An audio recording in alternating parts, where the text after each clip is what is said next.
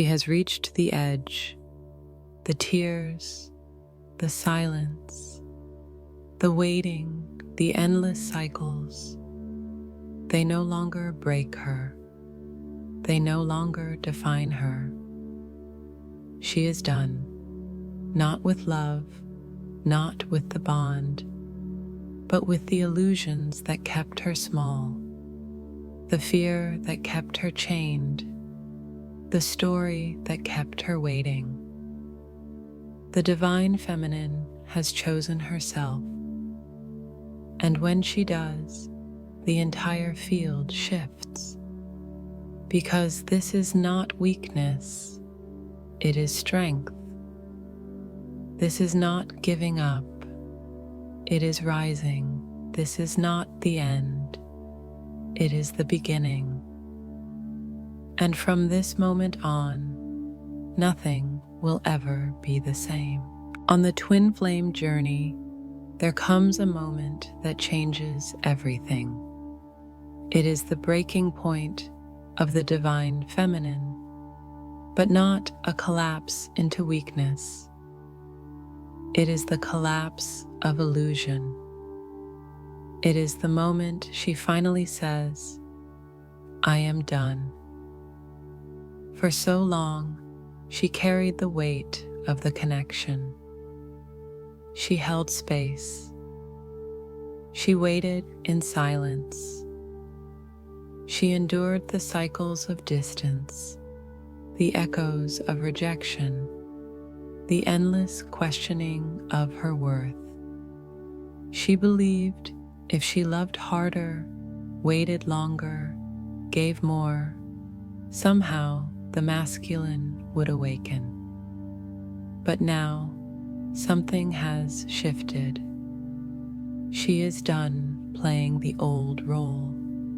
She is done carrying what was never hers to carry.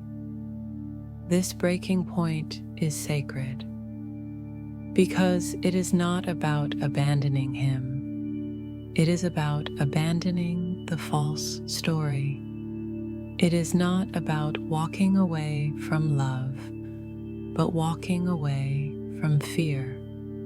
It is the end of the version of herself that begged, that doubted, that lived in survival mode. And it is the birth of the feminine who knows her worth, who stands in her truth, who refuses to compromise her soul for temporary comfort. The universe designs this moment intentionally. It brings her to the edge so she can no longer sustain the old pattern. She feels exhausted, raw, stripped of every illusion. But this exhaustion is not weakness. It is purification. It is the death of who she was never meant to be, so the real feminine can rise. At the breaking point, she no longer asks, "When will he change? When will he come back?" Instead, she asks, "Why was I waiting at all? Why was I doubting myself? Why was I making his silence bigger than my truth?" These questions ignite a fire inside her, and once it burns, she cannot go back. The masculine feels this shift, even if he doesn't understand it. For the first time, he feels her energy withdraw from desperation. He feels the bond clear of fear. What used to press against him like weight now feels like space.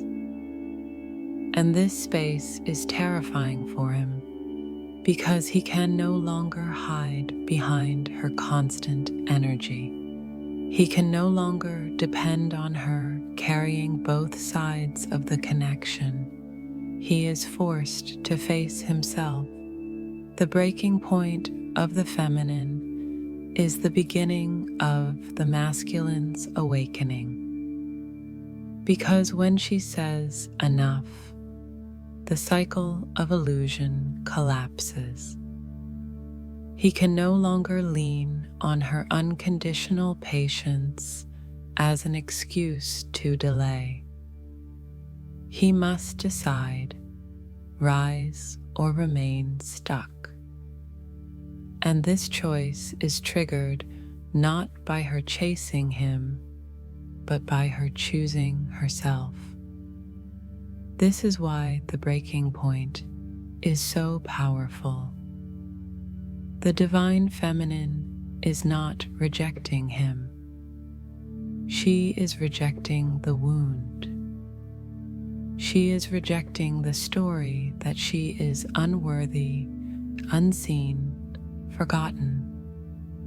She is rejecting the part of herself that believed she had to wait for permission to live, to love, to shine. In doing so, she liberates not only herself, but the entire connection.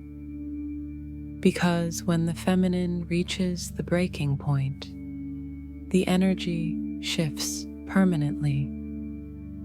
She cannot go back to begging. She cannot go back to doubting. She cannot go back to waiting. The old cycle is dead. And when the cycle dies, union finally has space to live. So do not mistake this moment for the end. It is not the end. It is the threshold. The breaking point of the feminine is the beginning of everything new.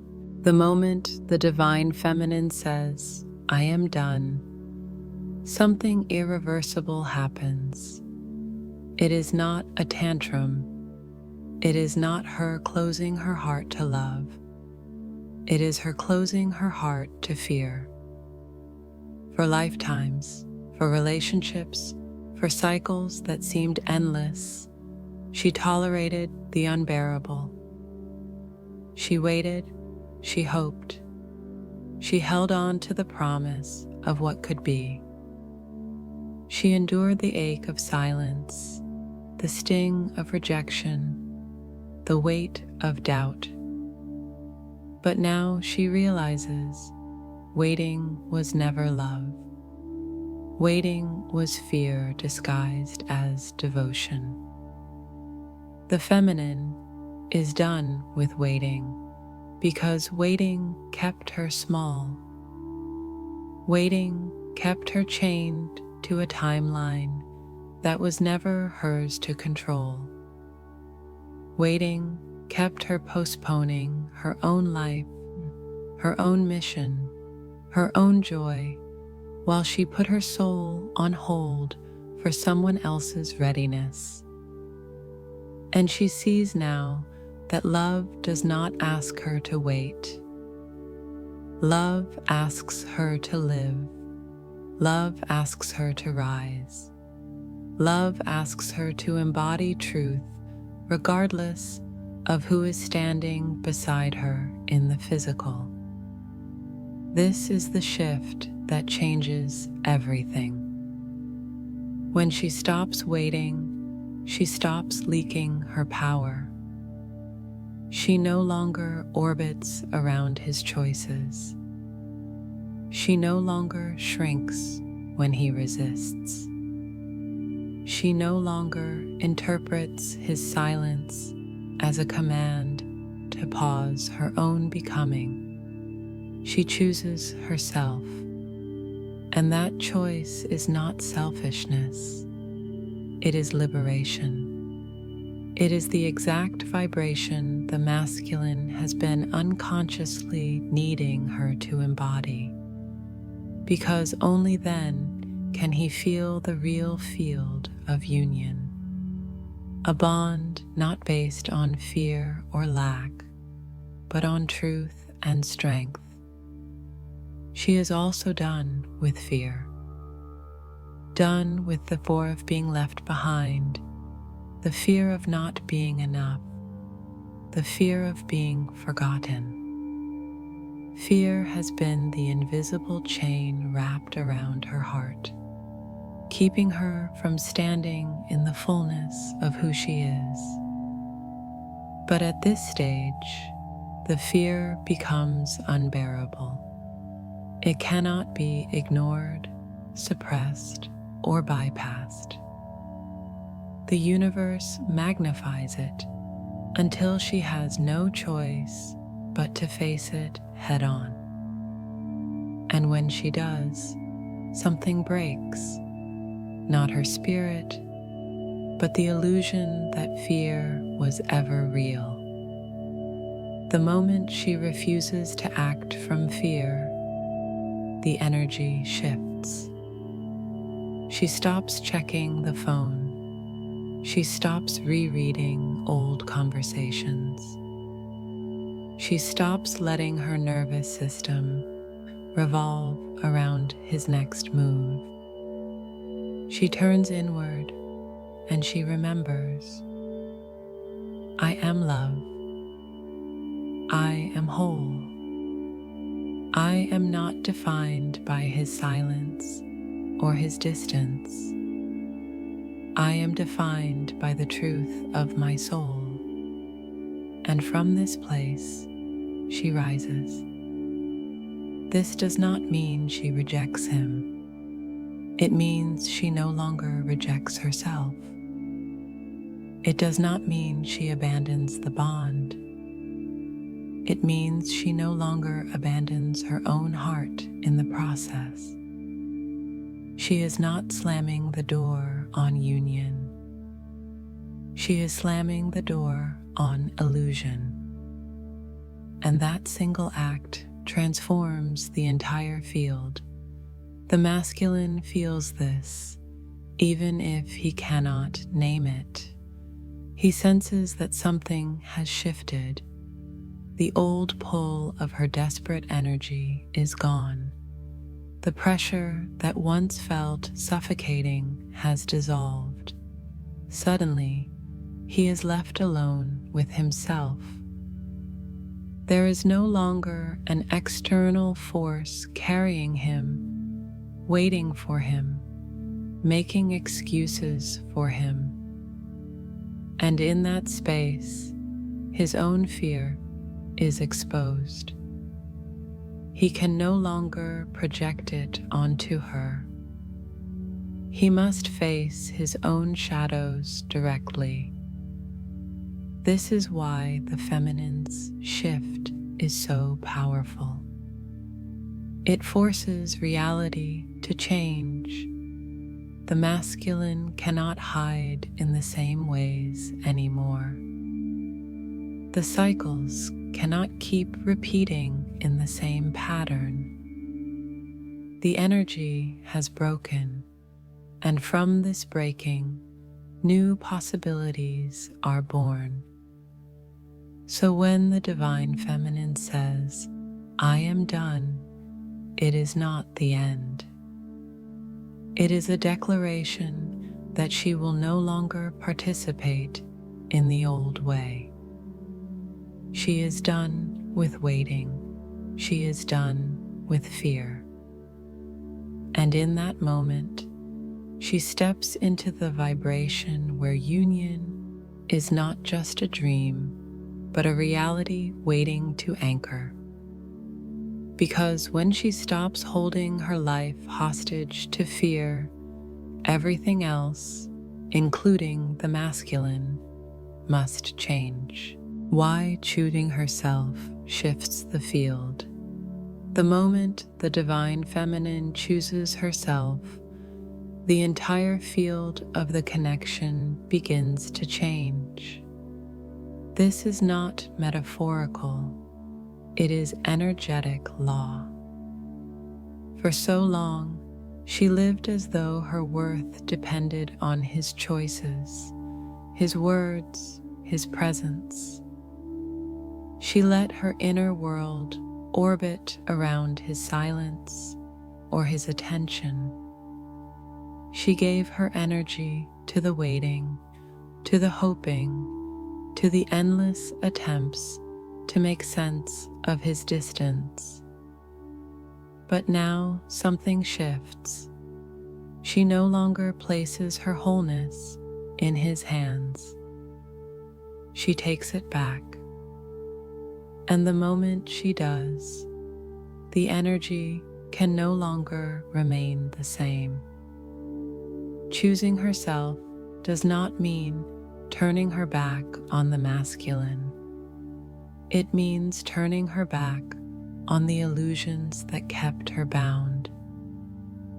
Illusions like, if I wait long enough, he will prove my worth. Illusions like, if I chase, if I explain, if I prove my devotion, he will finally see me. Illusions like, I cannot move forward until he is ready.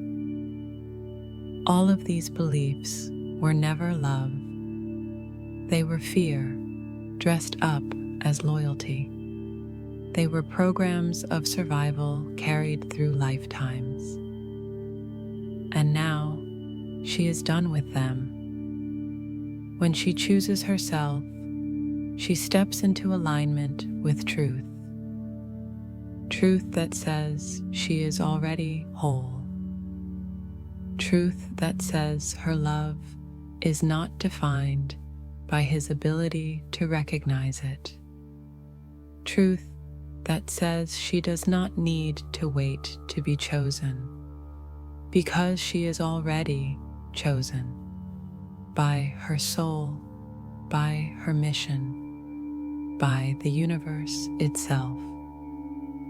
And in this alignment, the vibration of the connection rises instantly. The masculine may resist it at first. He may retreat, grow silent, or feel the ground shake beneath him, but he cannot ignore it, because the energy has shifted and he is tied to it. This shift dismantles the old cycle. Before, the masculine could lean on her energy, drawing from her patience, her unconditional waiting, her constant holding of the field. In his silence, she would panic.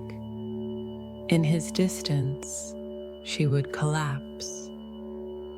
In his absence, she would chase. And this cycle allowed him to avoid his own shadows, because her energy absorbed the weight. But once she chooses herself, she no longer feeds that loop. The panic is gone. The chasing is gone. The desperate waiting is gone. And now he has no choice but to face himself.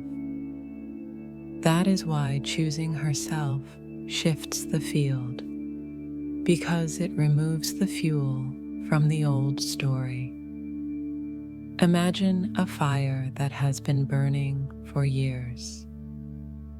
The feminine's fear and waiting were the wood that kept the fire alive. The masculine's resistance and silence were the sparks that ignited it again and again. But when she stops feeding the fire, it dies. The smoke clears, the air becomes still. And in that stillness, both are forced to see the truth. The masculine may struggle here. At first, he may feel abandoned. He may confuse her choice with rejection. But deep inside, something stirs. He feels her energy not leaving, but purifying. He feels the bond no longer heavy with fear, but lighter, clearer, more sacred. And though his ego may resist, his soul cannot. Because his soul recognizes that the feminine has stepped into her true frequency, and that frequency is irresistible. The feminine also discovers something radical. When she chooses herself, she does not lose him. She gains herself, and in gaining herself, she becomes magnetic. Her energy glows differently. She radiates not from need, but from truth, not from fear, but from love. And the masculine feels this even across silence, across distance, across separation. Her self-choice calls him home in a way that her waiting never could. This is why the universe pushes her to this threshold. Because union cannot be born from a feminine who waits in fear. It can only be born from a feminine who rises in truth. The act of choosing herself is the vibration that clears the field of distortion. It is the act that proves to the universe she is ready for the next stage. And here lies the paradox. The moment she stops waiting for union, the field for union becomes clear. The moment she stops needing him to complete her, the space for true completion is created. The moment she chooses herself, she unlocks the energy that pulls everything, including him, into alignment. So if you are the feminine standing at this crossroads, hear this. Choosing yourself does not mean you lose him. Choosing yourself means you finally step into the truth that allows both of you to rise. It is not abandonment. It is alignment. And alignment always creates union. The field shifts the moment you declare, I am no longer a prisoner of fear. I am no longer waiting to be chosen. I choose myself. I choose truth. I choose love. And from that choice, everything else must change. When the divine feminine finally lets go, the masculine feels it instantly, even if he cannot explain it, even if he never speaks it out loud. Something in his energy body shifts. For so long, he has lived in the presence of her constant vibration, the waiting, the hoping, the holding, the quiet ache that stretched across time and space. Her energy was always there, carrying him, cushioning his resistance, softening his silence. He could lean on it, depend on it, avoid himself because she was doing the heavy lifting for both. But then comes the moment when she chooses differently. She releases the need to control, the need to wait, the need to prove herself. She does not cut the cord, but she purifies it. She lets go of the story that kept her chained, and in that moment, the masculine feels the ground beneath him shift. At first, his ego resists. The sudden absence of her desperate energy feels like a loss. He may interpret it as rejection. He may even convince himself she no longer cares, but his soul knows better. His soul feels the difference between abandonment and liberation. He senses that her love is still there, but it is no longer tangled in fear. It is no longer demanding, no longer heavy. It is free, it is clear, it is sovereign. And this new vibration unsettles him because it forces him to confront what he has avoided. The masculine has always carried his own shadows, the fear of failure, the fear of not being enough, the fear of losing control. When the feminine was still holding his side of the field, he could hide from these fears. Her devotion gave him cover. Her patience gave him time. Her energy gave him a shield against himself. But when she lets go, that shield disappears. He is left face to face with his own reflection, and it terrifies him. This is why his reaction may seem confusing. He may withdraw further at first. He may go silent, push her away, or act as if nothing has changed. But inside, he is unraveling. He feels the bond more strongly than ever, because now it is stripped of distortion. He cannot numb it with distraction anymore. He cannot hide in her constant waiting. He is naked before the truth of the connection and the truth of himself. The masculine's reaction to her letting go often looks like resistance, but it is actually the beginning of awakening. He is being forced into his own initiation. He can no longer depend on her to carry him. He must learn to rise. He must face the fears he has buried, that he will fail, that he is unworthy, that love is too much for him. And though his ego may scream, his soul recognizes this moment as sacred. The feminine must understand this paradox. His silence after she lets go does not mean her shift failed. It means it is working. It means the old cycle has collapsed, and he is now in the storm of his own transformation. She may not see it right away. She may not hear words of confirmation, but in the energy, everything is different. And here is the deeper truth. When she lets go, she does not lose him. She liberates him.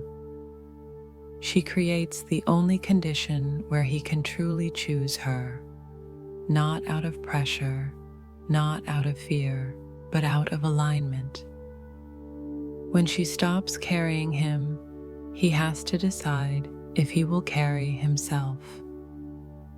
And that decision is the doorway to union. The masculine reacts in layers. At first, confusion, then resistance, then fear. But eventually, he feels something he has never felt before: safety. Because her letting go is not abandonment. It is the revelation that she no longer needs him to complete her.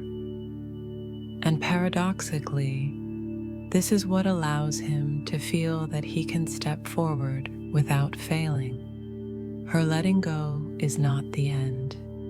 It is the catalyst. It is the spark that forces him to see what he has avoided, to feel what he has denied, to step into the truth he has run from. And while the process may look messy on the surface, it is the only way union can be born. So do not be deceived by appearances.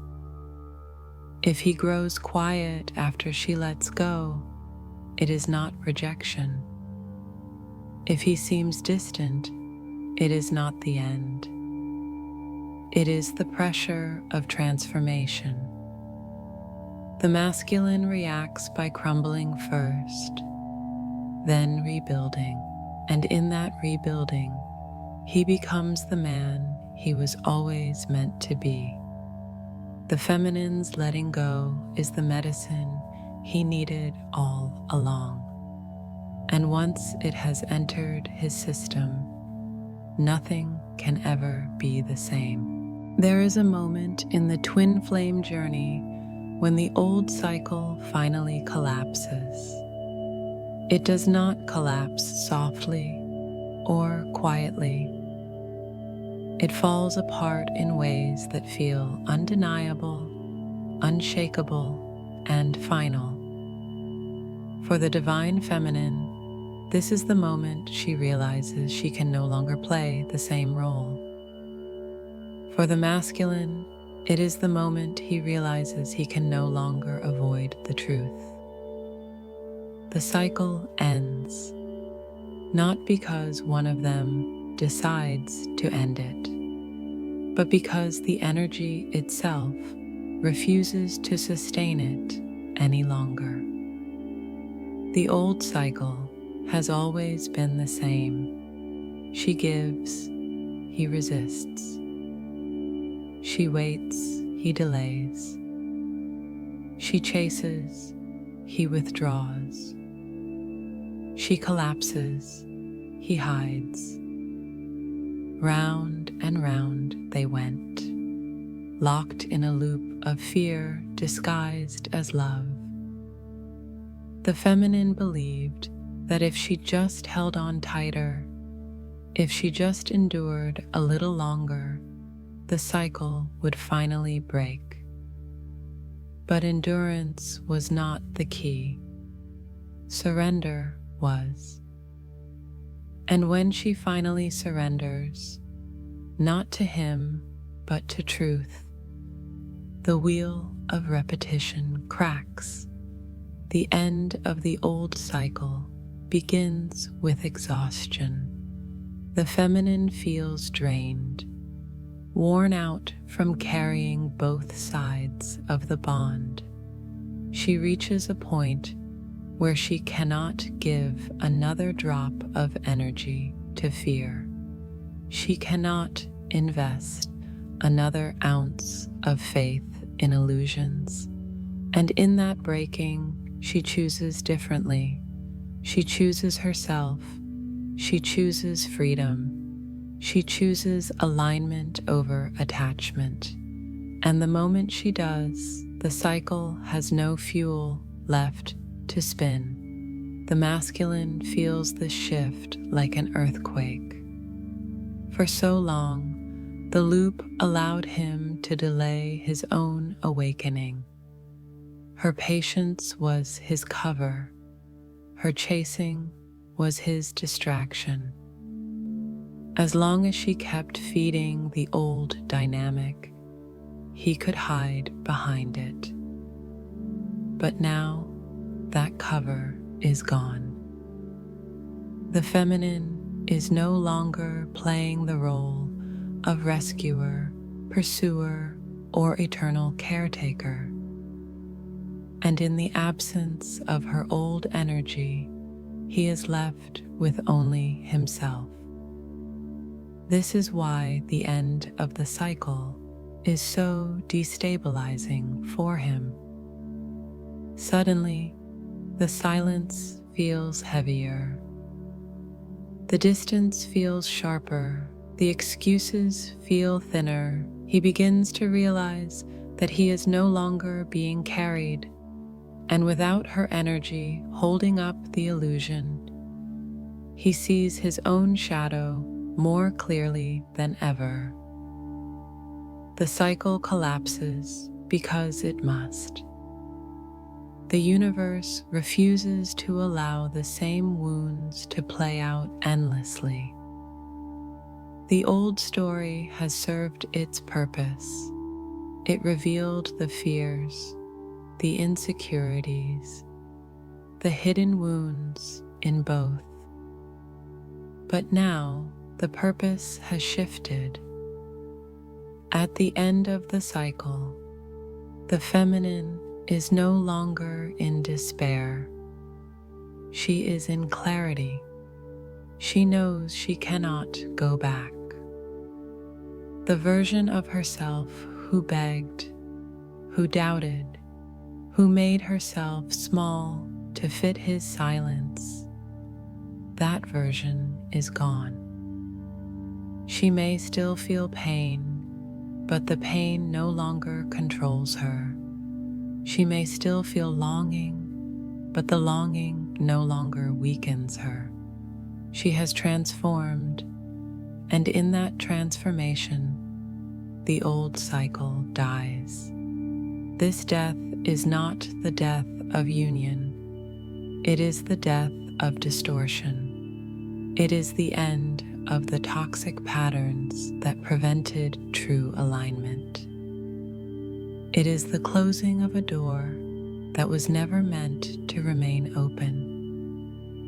And though it feels like loss at first, it is actually the greatest liberation.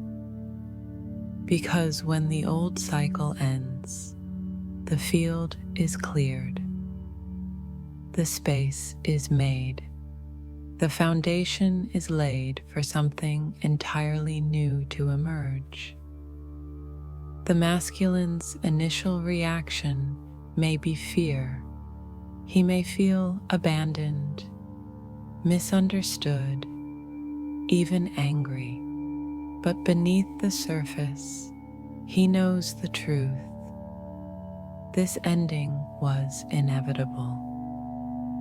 Deep inside, he feels the invitation hidden within it. An invitation to rise, to step forward, to finally match the courage of the feminine. Because without the old loop to hide in, he is forced to confront his own choice, evolve, or remain stuck. For the feminine, this moment is bittersweet. She mourns the years lost to waiting, the tears shed in silence, the illusions she once believed. But she also feels the fire of freedom. She knows she is not bound anymore. She knows she is not powerless. She knows she is no longer trapped in the endless turning of an old wheel. The end of the old cycle is not the end of the bond. It is the rebirth of it. The ashes of the old are the soil of the new. And the feminine, standing taller than ever before, knows this. Union cannot grow in the old field. It can only bloom in the new one. So the old must die, and when it does, everything changes. When the old cycle ends, something remarkable begins to take shape. It doesn't always look obvious from the outside. It doesn't announce itself with fireworks or sudden declarations. It begins quietly, almost invisibly, as a shift in the energy. The field feels different. The feminine is no longer chained to waiting, and the masculine can no longer lean on her constant giving. This emptiness, this stillness, is not absence. It is the space where a new dynamic can finally emerge. The feminine, having chosen herself, begins to walk differently. She is not running from the bond, nor is she chasing it. She is embodying her truth. She wakes up and lives her life, not as someone in lack, but as someone already whole. She starts pouring her energy into her mission, her joy, her creativity, her expansion. She does not do it to provoke him, or to make him react, or to prove her independence. She does it because it is who she truly is, and she is no longer willing to abandon herself. This change is magnetic. The masculine feels it. Even if he doesn't understand why, even if he doesn't admit it, he senses that the bond has shifted. Where once he felt pressure and weight, now he feels freedom. Where once her energy chased him, now it simply radiates. Where once he resisted because he felt suffocated, now he is drawn because he feels invited. This is the paradox. When she stops demanding union, union becomes possible. The new dynamic is not about control. It is not about who pursues and who retreats. It is about alignment. The feminine has learned to anchor in truth, and by doing so, she creates the conditions for the masculine to do the same. He begins to feel the pull of authenticity inside himself. The distractions that once worked, the career goals, the shallow relationships, the escapes into numbness, no longer hold him the same way. Without her fear feeding the old loop, he is left alone with his own. And that confrontation awakens him. At first, this awakening can be messy. He may resist, lash out, or cling to old patterns that no longer satisfy. But slowly, he begins to realize he has reached his own breaking point. Just as she had to be done with waiting and fear, he must now be done with hiding and denial. The feminine's shift has exposed his illusions, and in the rawness of that exposure, he begins to remember who he really is. The new dynamic is born from this dual transformation. The feminine no longer plays small to hold the bond together. The masculine no longer hides behind her energy to avoid his shadows. Both are being asked to meet as equals, not in perfection, but in authenticity. She brings her courage. He brings his surrender. She brings her faith. He brings his willingness. Together, these create a field that was impossible under the old cycle. And what does this look like in reality? It looks like less chaos and more clarity, less chasing and more magnetism, less illusion and more truth.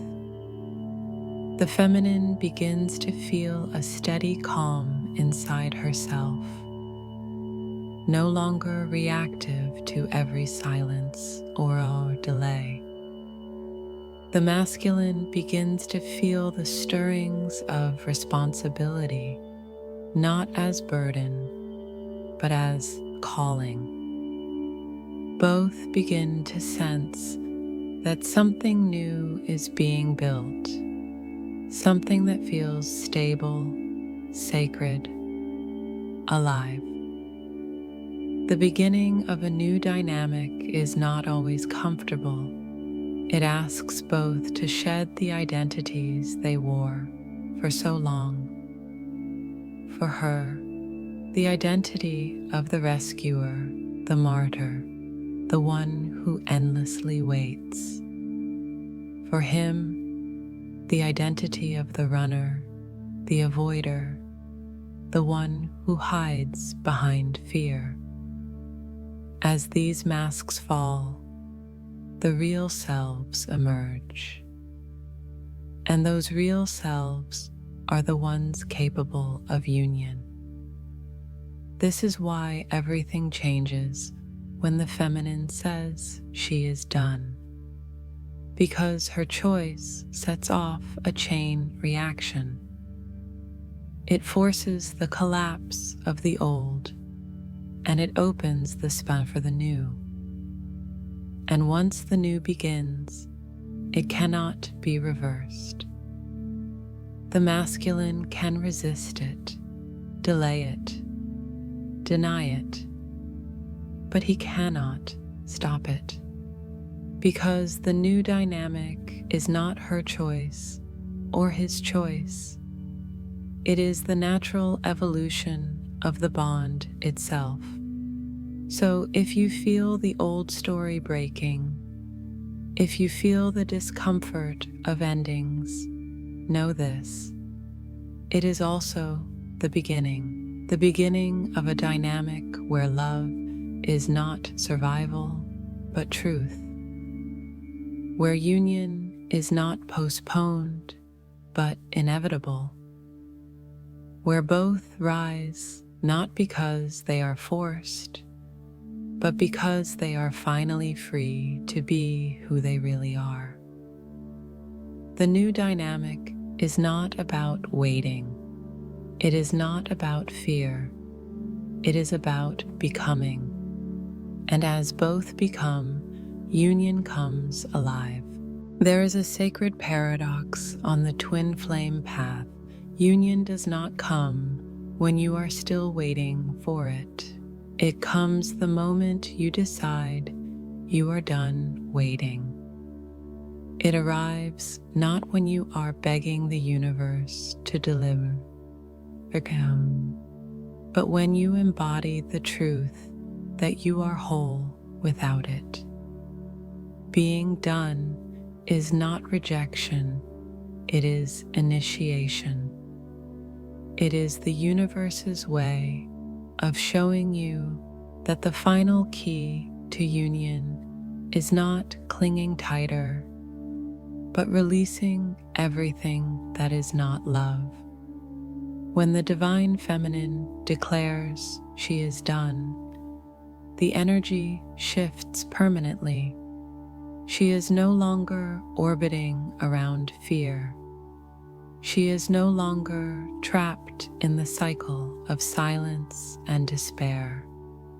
She is no longer holding her life hostage to whether or not the masculine is ready.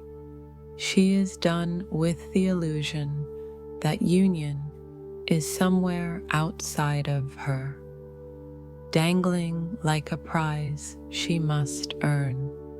And in that moment, she discovers the truth: union begins within. This is not the end of the connection. It is the beginning of its rebirth. The masculine may not understand it at first. He may mistake her sovereignty for abandonment. He may feel the sting of her withdrawal and confuse it with rejection. But deep in his soul, he feels something else: freedom. For the first time, he feels the field clear of desperation. He feels love that does not beg, love that does not bind, love that simply is. And that vibration is the invitation he cannot resist forever. The feminine too begins to see differently. Where once she saw silence as proof of rejection, now she sees it as the last test of faith. Where once she saw delay as punishment, now she sees it as preparation. Where once she gave her power away, now she walks in the fullness of it. This is the transformation that unlocks the final door, because union cannot be born from need. It can only be born from truth. Being done is the final threshold. It means the feminine no longer feeds the wound of abandonment. It means she no longer accepts less than authenticity. It means she no longer confuses attachment with devotion. And when she lives in this vibration, the masculine has no choice but to meet her there. The illusions collapse, the masks fall. What remains is raw, unfiltered love, the only kind strong enough to anchor union in the physical. This last stage often feels contradictory. On the surface, it may appear like everything is ending.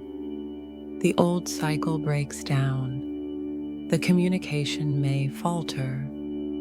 The masculine may withdraw even more. But beneath the surface, the opposite is happening. The field is being purified. The old is being burned away. The ashes are becoming the soil for the new. And in that soil, union is taking root. So if you find yourself here, standing at the edge, whispering to the universe, "I am done," know that you are not giving up. You are stepping in. You are walking through the final door. You are proving that fear no longer governs your choices, that waiting no longer defines your love, that illusion no longer chains your soul. This is not weakness. This is the greatest strength you have ever embodied. Union is not the reward for waiting. It is the reward for choosing truth. And truth is this: you were always whole. You were always enough. You were always loved beyond measure. The masculine does not complete you. He mirrors you. And when you live from that wholeness, he feels it. He cannot escape it. He cannot deny it. It calls him into alignment. So let this be your final message. Being done is not the end. Being done is the door. And once you walk through it, everything will change. The old story dies. The fear dissolves. The waiting ends. And in its place, something unshakable is born. A union not of illusion, but of truth. A love not of fear, but of freedom. a bond not of desperation, but of destiny. You are not losing, you are not failing, you are not being left behind. You are stepping into the vibration where union becomes inevitable. Being done is not walking away from love. It is walking away from everything that is not love. And on the other side of that choice, union lives.